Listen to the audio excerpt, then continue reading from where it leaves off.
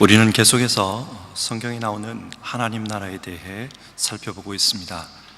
오늘은 세 번째 시간으로 하나님의 나라는 말에 있지 아니하고 오직 능력에 있음이라, 이 말씀을 중심으로 하나님 나라에 대해 살펴보려고 합니다. 여러분, 오늘 성경은 하나님 나라가 어디에 있다고 말씀합니까? 하나님의 나라는 말에 있지 아니하고, 여기서 말로 번역된 단어는 헬라어로 로고스입니다. 로고스는 말, 이성, 논리, 그런 뜻의 단어입니다. 그러니까 하나님 나라는 어떤 이론이나 철학적 주장에 있는 것이 아니라는 뜻입니다. 그러면 하나님 나라가 어디에 있는가? 하나님 나라는 오직 능력에 있음이라. 여기서 능력이라는 말은 헬라어로 디나미스입니다. 오늘날 폭탄의 상징이 된 다이나마이트라는 말이 이 디나미스에서 유래했습니다. 그러니까 디나미스는 다이나마이트처럼 그렇게 큰 힘, 큰 능력을 의미합니다. 그러므로 하나님 나라는 이론적인 주장을 따지는 것에 있는 것이 아니라, 하나님 나라는 하나님의 실제적인 힘, 하나님의 실제적인 능력이 나타나는 그곳에 있다, 그런 뜻입니다. 바울 사도가 왜 이런 말을 할까? 바울 사도는 복음과 관련해서 굉장히 이론적인 말을 많이 했습니다. 그런데 그런 바울 사도가 왜 갑자기 하나님의 나라는 이론이 아니라 능력이다, 이런 말씀을 할까? 이런 말씀을 하는 이유는 2000년 전 고린도 교회의 상황과 연관이 있습니다. 고린도 교회가 있었던 고린도 시는 경제적으로 굉장히 부유했습니다. 경제가 발달하면 자연히 문학, 문화와 학문도 발달하지 않습니까? 그래서 고린도 역시 그리스의 다른 도시처럼 철학이 발달했습니다. 세상을 어떻게 보는 것이 바로 보는 것일까? 진리에 대한 이론에 관심이 많았습니다. 그리고 고린도는 기존 이론에 맞설 수 있는 새로운 이론에 대한 지적 호기심이 컸습니다. 그러다 보니 처음 기독교를 접했을 때에도 새로운 학문의 하나로 생각하고 믿던 사람들이 있을 정도였습니다. 지도에서 고린도 도시를 찾아보면 아시겠지만 고린도는 항구 도시입니다. 로마와 소아시아, 더 나아가 중동 전체를 연결하는 교통의 중심지입니다. 그러다 보니 다양한 복음 전도자들이 이 교회를 거쳐갔습니다. 그러는 가운데 교회 안에 문제가 생기고 말았습니다. 원래 고린도 교회는 바울이 세운 교회입니다. 그래서 바울에게 복음을 배웠습니다. 그런데 지적 호기심이 많았던 고린도인들은 다양한 복음 전도자들의 이야기를 들으면서 어떤 사람은 이 사람이 하는 말이 더 낫다, 또 다른 사람은 저 사람이 하는 말이 더 낫다, 그렇게 평가하기 시작했습니다. 그러면서 자기들이 선호하는 주장을 가지고 분파가 생겨났습니다. 그리고 다른 사람의 다른 분파의 주장을 무시합니다. 고린도전서 4장 6절을 보면 교만해 하지 말라는 말이 나옵니다. 그리고 7절에서는 누가 너를 다른 사람보다 유별나게 만들었느냐, 누가 너를 다른 사람보다 돋보이게 했느냐, 복음 안에서 보면 너도 동일하게 용서받은 죄인일 뿐인데 무슨 근거로 교만해 하느냐, 그런 내용의 말씀이 나옵니다. 고린도 사람들은 자기 주장을 내세우면서 서로 잘난 척하고 있었습니다. 그러면서 교회 안에 분쟁이 끊이질 않았습니다. 그러면 이렇게 잘난 척하는 데에는 뭔가 이유가 있지 않겠습니까? 8절을 보면, 4장 8절을 보면 그 이유를 짐작할 수 있는데, 어떤 사람들은 이미 하나님의 나라가 임했고 하나님의 나라가 임한 증거로 자기들이 성령을 받았다는 겁니다. 그래서 우리는 벌써 그리스도와 함께 왕노릇하고 있다, 그런 주장을 하고 있었습니다. 하나님 나라가 이미 완성되었다는 주장입니다. 그러나 바울이 볼 때 하나님 나라는 이미 이 땅에 임했지만 그러나 아직 완성되지는 않았습니다. 그래서 그리스도인들이 하나님 나라를 위해 해야 할 사명이 있다고 믿었습니다. 하지만 하나님 나라가 이미 완성되었다고 믿는 사람들은 지금 이 현실이 바로 하나님 나라다, 그렇게 주장합니다. 예를 들어 이런 주장을 받아들일 경우 이 땅에서 부유하게 사는 것이 곧 하나님 나라에서 부유한 것이 됩니다. 그리고 이 땅에서 부자가 되는 것이 곧 영원한 나라에서 부자가 되는 것처럼 이해가 될 수 있습니다. 그러면 이 땅에서 가난한 자들은 하나님으로부터 복을 받지 못한 겁니다. 신앙생활을 잘못했기 때문에 그런 결과가 나타났다, 이렇게 주장할 수 있습니다. 그러면 이것은 오류입니다. 그래서 바울은 이런 이상한 이론을 만들어서 사람들을 혼란에 빠뜨리는 무리를 향해 내가 만약 당신들을 다시 방문하게 된다면 당신들의 주장이 옳은지 옳지 않은지 그것을 이론적으로 검증하지는 않겠다. 대신 당신들 안에 하나님의 능력이 나타나는지 나타나지 않는지 그것을 알아보겠다. 왜냐하면 하나님 나라는 말에 있지 않고 능력에 있기 때문이다, 그렇게 말한 것입니다. 여러분, 지금 고린도 교회처럼 신앙에 대해 어떤 다른 주장을 하고 있다면 과연 이 주장이 맞을까 저 주장이 맞을까, 어느 주장이 맞는지를 어떻게 분별할 수 있겠습니까? 사람은 판단하기 어렵습니다. 상대적인 기준을 가진 사람들은 서로 자기가 옳다고 주장하기 때문입니다. 그러니 판단이 제대로 안 됩니다. 절대자이신 하나님께서 판단해 주셔야 정확한 판단을 할 수 있습니다. 어느 것이 옳은가? 그러면 하나님은 어떻게 판단하십니까? 신명기 18장을 보면 참된 선지자와 거짓 선지자를 구분하는 기준이 나옵니다. 참된 선지자는 그가 예언한 대로 실제로 그 일이 이루어진다, 그렇게 말씀합니다. 그러나 가짜 선지자는 말은 그럴듯해도 실제로 그 말씀이 이루어지지 않는다는 겁니다. 이처럼 하나님은 참과 거짓을 그 말이 아니라 능력을 통해서 증명해 주신다, 구약은 그렇게 말씀합니다. 그래서 바울 사도 역시 말이 아니라 능력을 보겠다는 것입니다.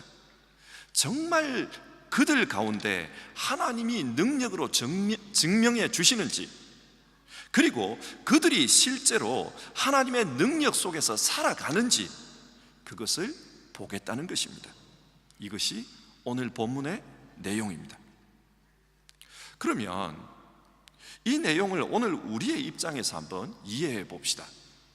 여러분, 한 나라의 영토는 어떻게 정해집니까?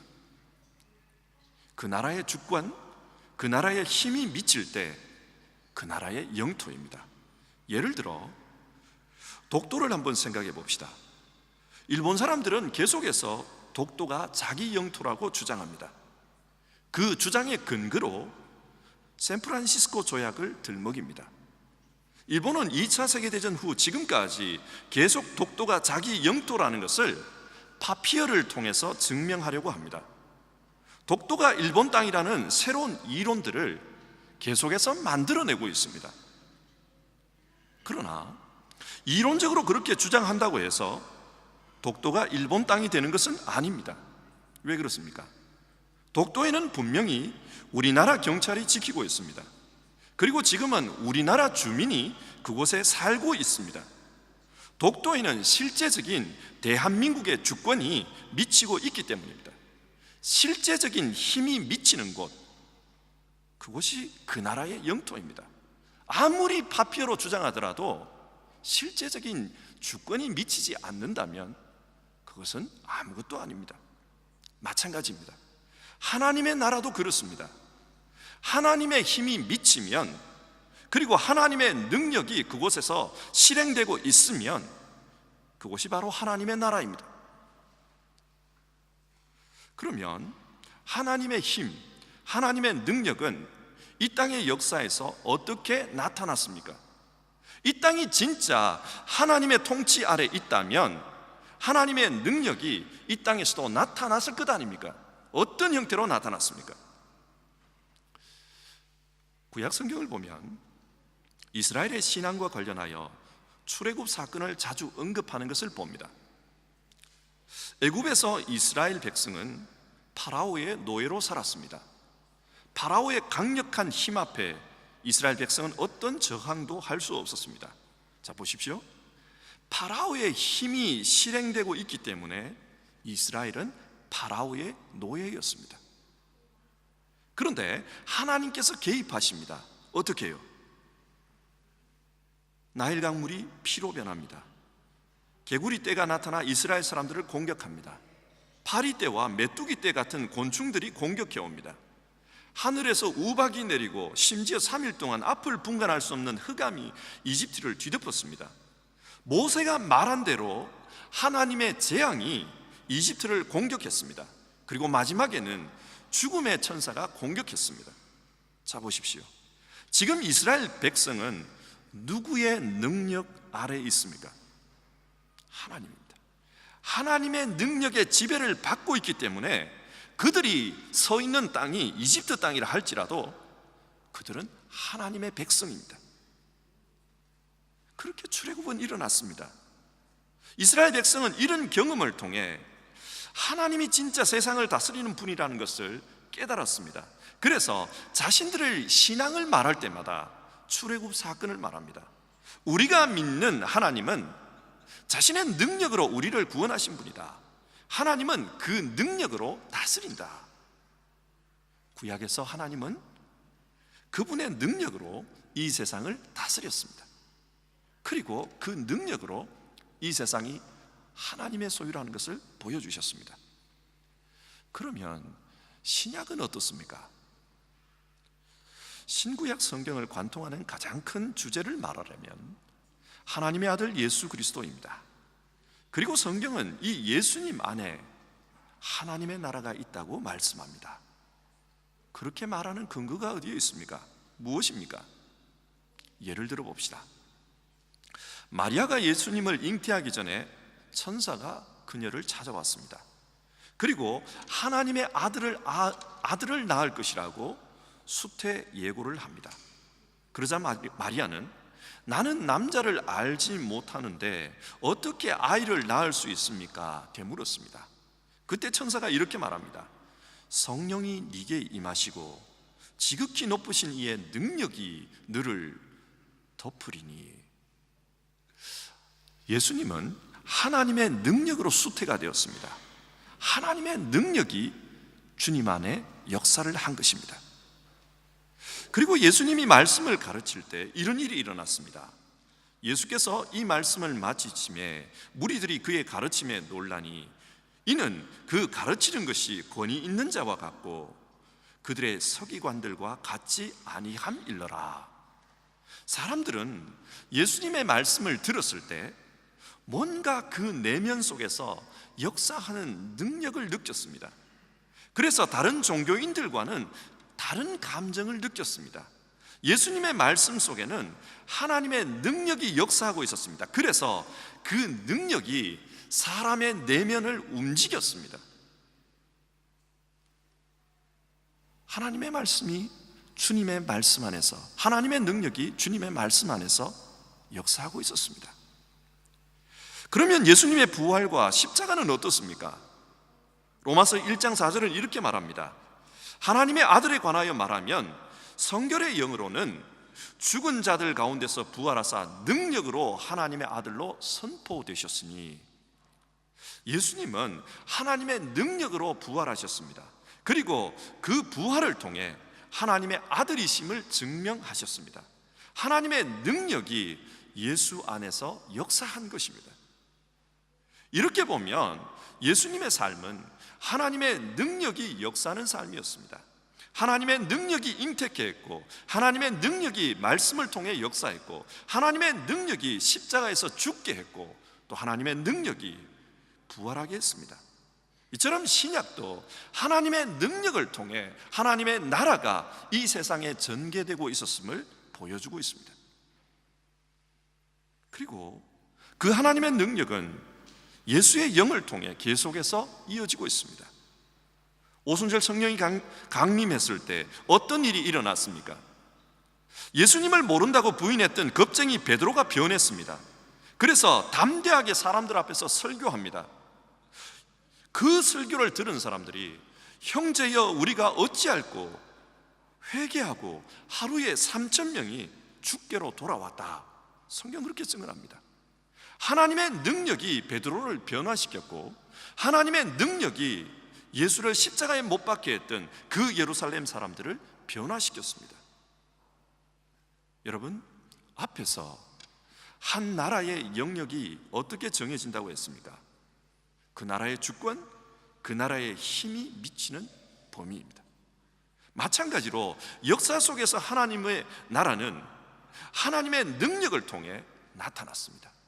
하나님의 능력이 미치는 그곳에 하나님의 나라가 있었습니다. 자, 그렇다면 오늘 이 말씀을 우리 개인들에게 한번 적용을 해봅시다. 하나님 나라는 오늘 우리에게 어떤 능력으로 나타납니까? 우리가 하나님 나라의 사람이라면 하나님의 능력은 오늘 우리 안에서 어떤 방식으로든 나타나야 합니다. 여러분 안에서는 하나님의 능력이 어떻게 나타나고 있습니까? 만약 우리 안에 하나님의 능력이 없다면 우리가 하나님 나라 사람이라고 주장하는 그것은 말일 뿐입니다. 하나님의 능력이 여러분 안에서 어떻게 나타나고 있습니까? 먼저 하나님의 능력은 죄를 깨닫고 거듭나게 하는 방식으로 나타납니다. 오늘의 본문 고린도전서를 기록한 바울을 한번 생각해 보십시오. 그는 바리새인으로 살아갈 당시 자기 스스로를 율법에 있어서 조금도 흠이 없는 사람이다, 그렇게 생각을 했습니다. 자기를 의인이라고 생각했습니다. 그러나 하나님의 능력이 그에게 임했을 때 그는 자기가 죄인이라는 것을 깨닫게 되었습니다. 그래서 스스로를 나는 죄인 중에 괴수라 그렇게 고백합니다. 여러분, 어떻게 이런 변화가 나타납니까? 세상에는 어려운 일이 참 많지만 가장 어려운 일이 사람이 변하는 일입니다. 사람은 잘 바뀌지가 않습니다. 그런데 하나님의 능력은 사람을 바꿉니다. 이런 변화는 오늘 우리 안에서도 일어납니다. 우리가 잘 아는 찬송가 나 같은 죄인 살리신, 그 찬송가의 실제 주인공은 뉴턴이라는 분입니다. 이분은 일그러진 인생을 살았습니다. 어머니가 일찍 돌아가셔서 어머니의 사랑을 받지 못했고 아버지의 학대 속에 일그러진 인격이 되고 말았습니다. 그 결과 그는 폭력배가 되었고 나중에는 다른 사람의 인생을 파괴하는 자, 노예 상인으로 살아갔습니다. 그런 그가 예수 안에서 새로운 사람이 되었습니다. 하나님은 그의 인생 안에서 예수님의 죽음과 부활처럼 옛 삶에 대해서 죽고 새로운 삶으로 살아나는 그런 역사를 일으켰습니다. 그래서 그는 자기의 삶을 찬송으로 고백했습니다. 나 같은 죄인 살리신 주 은혜 놀라와 잃었던 생명 찾았고 광명을 얻었네. 하나님의 능력은 죄를 깨닫게 하고 그래서 그 사람의 삶 속에 새로운 변화를 일으킵니다. 새로운 피조물이 되게 합니다. 하나님의 능력은 오늘도 우리 안에서 이렇게 역사합니다. 또 하나님의 능력은 어떻게 역사합니까? 하나님의 능력은 삶에 대한 새로운 해석을 하게 만듭니다. 여러분, 바울이 어떻게 해서 고린도 교회를 개척하게 되었는지 아십니까? 좀 먼 이야기부터 한번 해봅시다. 사도행전 16장을 보면 바울은 부르기아와 갈라디아 땅을 지나 비두니아 지역으로 선교 여행을 떠나려고 계획했습니다. 오늘날로 말하면 터키 중부 지역을 지나서 북부 지방으로 선교 여행을 가려 했던 겁니다. 그런데 그 시도가 계속해서 실패했습니다. 이상하게도 일이 꼬이고 풀리지가 않았습니다. 그러나 바울은 포기하지 않고 계속해서 도전했습니다. 그러자 그런 바울을 보고 계시던 하나님이 답답했습니다. 그래서 환상을 보여줍니다. 마게도니아로 건너와 우리를 도우라. 당시 바울의 생각에는 터키 선교가 하나님의 뜻이라고 생각했습니다. 이 아시아를 선교하는 것이 하나님의 계획이다, 그렇게 믿었습니다. 하지만 하나님의 계획은 달랐습니다. 그렇다면 하나님은 비두니아와 본도, 즉 터키의 북부 지역 선교를 포기한 것입니까? 그렇지 않습니다. 베드로전서를 보면 베드로가 어느 지역에 있는 나그네들에게 편지하노니 그런 말이 나옵니다. 그 말을 보면은 베드로가 이 터키 북부 지역을 선교한 것을 알 수 있습니다. 그러니까 하나님은 이미 각 사람이 일해야 할 지역을 이미 정해 놓았던 것입니다. 바울이 일해야 할 곳과 베드로가 일해야 할 곳을 구분해 놓았습니다. 그러니까 하나님의 일꾼은 하나님이 연출하시는 그 영화의 배우들일 뿐입니다. 하나님이 각본을 쓰시고 또 배역을 정해 놓았습니다. 바울은 유럽 선교를 하면서 이것을 배웠습니다. 하나님은 자기 주권 가운데 이 땅의 역사를 이끌어가고 계신다, 그것을 발견했습니다. 고린도 지역의 선교도 마찬가지였습니다. 원래 바울은 빌립보에 있다가 데살로니가에 있다가 그리고 아테네 지역에 머물고 있었습니다. 아테네에 머물렀던 이유는 데살로니가와 빌립보로부터 선교 헌금을 가지고 오기로 한 동역자들을 만나기 위해서였습니다. 그런데 아테네에 있으면서 바울은 아테네 사람들이 아주 열심히 우상을 섬기는 것을 보았습니다. 그래서 화가 났고 신학적 논쟁을 하게 되었습니다. 그 결과 바울은 아테네로부터 추방을 당하게 됩니다. 아직 빌립보에서 올 동역자들을 만나지 못했는데 아무 돈도 없는데 무일푼으로 쫓겨나고 만 것입니다. 그래서 고린도로 피난 간 바울은 그곳에서 뭔가 생계를 위해서 일을 해야만 했습니다. 그런데 바울이 할 수 있는 일은 텐트를 만드는 일밖에 없었습니다. 그런데 그때 로마로부터 쫓겨와 텐트 만드는 일을 하고 있는 사람이 있었습니다. 그가 바로 아굴라였습니다. 아굴라는 클라우디오 황제의 칙령에 의해서 모든 재산을 몰수당하고 어쩔 수 없이 로마에서 쫓겨나 고린도로 왔던 겁니다. 바울은 일자리를 찾고 있었고 아굴라는 동역자가 필요했습니다. 이렇게 해서 그 둘은 만나게 되었던 겁니다. 이 만남이 우리가 볼 때는 우연하게 보이지만 그러나 이 사람들을 통해 고린도 교회가 생겨났습니다. 하나님께서 계획하고 만나게 하신 겁니다. 아주 세밀하게 바울을 쫓겨가게 했고 아주 세밀하게 이 아굴라가 쫓겨오도록 했습니다. 그리고 두 사람이 만나게 했습니다. 바울은 이런 하나님의 세밀하신 준비하심을 알게 되면서 이 세상, 특별히 자기 인생을 하나님께서 능력 가운데, 자기 주권 가운데 움직이고 계심을 깨달았습니다. 자, 여러분, 이 땅에서 하나님께서 이렇게 세밀하게 역사하시는 것을 우리가 믿는다면, 하나님의 능력이 있다는 것을 믿는다면 이 세상의 어려움 속에서 두려워할 이유가 있을까요? 인생이 내 뜻대로 되지 않아도 하나님께서 일하심을 믿는다면 우리가 두려워할 이유가 있겠습니까? 하나님께서 계획 가운데 주권 속에서 세밀하게 이 세상을 다스리고 계시기 때문입니다. 고린도전서 4장 9절을 보면 바울이 이 편지를 쓸 당시 자신의 형편을 이렇게 이야기합니다.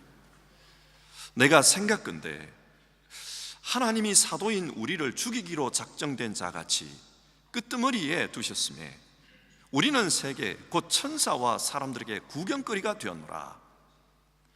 고린도전서는 로마 시대의 기록이 되었습니다. 로마 시대는 전쟁을 하고 전쟁에서 승리할 경우 기념을 하기 위해서, 그 승리를 기념하기 위해서 프레이드를 했는데, 그때 승리한 게선 장군이 제일 앞에 말을 타고 행진을 하고, 그리고 맨 끝에는 그 전쟁에서 패해서 포로로 잡혀온 사람들이 따라가게 되어 있었습니다. 그렇다면 지금 바울은 자기 신세를 맨 끝머리에 서 있는 자와 같다, 즉 다시 말해서 나는 포로 신세와 같이 여기에 잡혀와 있다, 이런 말을 하는 겁니다. 여러분, 왜 이런 말을 할까요? 그는 고린도 교회를 개척했고 또 고린도 교회를 위해서 사역을 했지만, 바울을 좋아하지 않는 고린도 사람들은 바울을 가장 끄트머리의 사람으로 취급했기 때문입니다. 그러나 바울은 여기에 절망하지 않았습니다. 왜 절망하지 않았는가? 그는 하나님의 다스림, 하나님의 통치를 믿었기 때문입니다. 하나님은 우리가 궁극적으로 하나님 나라의 삶을 지향하기를 원합니다. 궁극적으로 우리가 하나님 나라에 있기를 원합니다. 그런데 이 땅의 삶이 너무 좋으면 하나님 나라에 가고 싶은 생각이 들까요? 이 땅에서 부유하고 이 땅에서 누릴 수 있는 것이 너무 많다면 그 모든 것을 놔두고 굳이 하나님 나라에 가고 싶은 생각이 있을까요? 솔직히 말해서 없습니다. 그래서 하나님께서는 자기 백성에게 이 땅에서 정을 떼게 만드는 그런 일들을 하십니다. 어려움을 겪게 만드십니다. 그래야 진정 하나님 나라의 사람으로 살고자 하기 때문입니다. 이것을 안 바울은 내가 약할 그때에 오히려 하나님의 역사는 내게 강하다, 그런 말을 합니다. 내가 오히려 이 세상에서 끄트머리의 인생, 버림받은 인생, 가장 약하다고 취급받는 인생으로 살 그때에 오히려 나는 하나님 나라의 역사가 강하다는 것을 느낀다, 그렇게 말합니다. 여러분, 우리에게도 이 믿음이 있는지요? 하나님의 능력은 우리의 삶에 대한 해석을 바꿔버립니다. 세상에서 실패해도 그 실패가 아니게 만듭니다. 세상에서 부족해도 그 부족함이 아니게 만듭니다. 우리는 영원한 하나님 나라를 위해 하나님이 그렇게 하신다는 것을 알기 때문입니다. 그래서 하나님 나라의 사람들은 실패해도 넘어져도 잡초처럼 죽지 않고 끝까지 하나님 나라를 향해서 다름질한다는 사실입니다. 말씀을 정리하겠습니다. 하나님 나라는 하나님의 능력 안에 있습니다.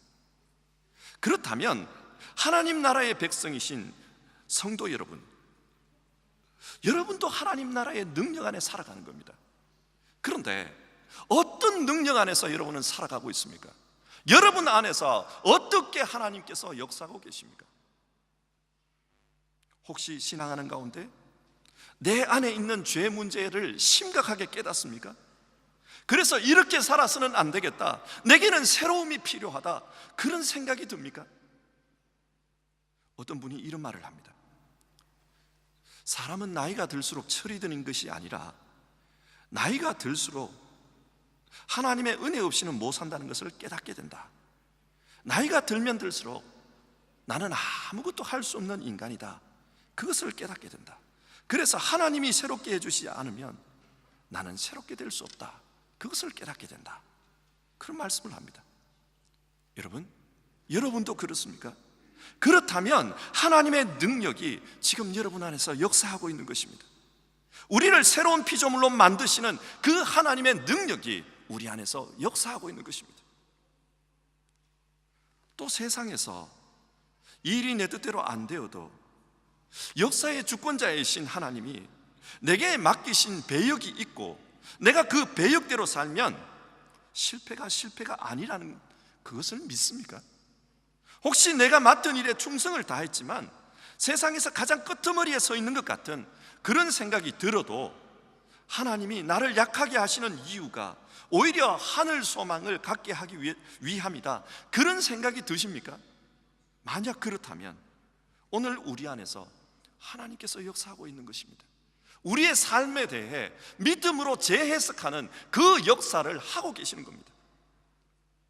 사랑하는 성도 여러분, 하나님의 나라는 하나님의 능력이 나타나는 곳에 있습니다.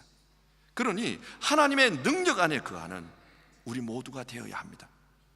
그리고 매일 주로 말미암아 새로운 삶을 삶으로, 또 어떤 어려움에서도 하나님의 주권을 믿는 믿음으로 하나님의 능력이 우리 안에 나타나는 그런 삶을 살아야 합니다.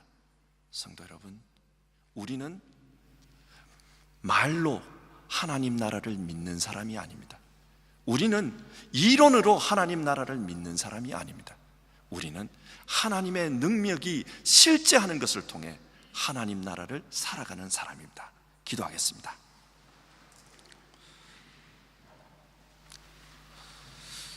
하나님, 오늘 고린도 전서를 통해 하나님 나라는 말에 있지 않고 능력에 있다는 것을 깨달았습니다. 오늘 우리가 거듭남의 능력으로, 또 믿음 가운데 두려움 없이 사는 삶으로, 그리고 가장 약한 가운데서도 강하게 하시는 하나님을 믿는 믿음으로 살고 있다면 하나님의 능력이 우리 안에 있다는 것을 깨닫습니다. 하나님, 이 세상을 살 때 하나님의 능력이 우리 안에 역사하기를 소망합니다. 그래서 실제로 우리 삶에 하나님의 능력이 나타나기를 원합니다. 날마다 새롭게 사는 삶, 어려움 속에서도 넘어지지 않고 끝까지 일어서는 삶, 절망 가운데서도 소망으로 연결되는 그런 우리의 믿음이 되기 원합니다. 매사에 하나님의 능력이 나타나는 우리의 삶이 되기를 우리 주님 예수님의 이름으로 기도드립니다.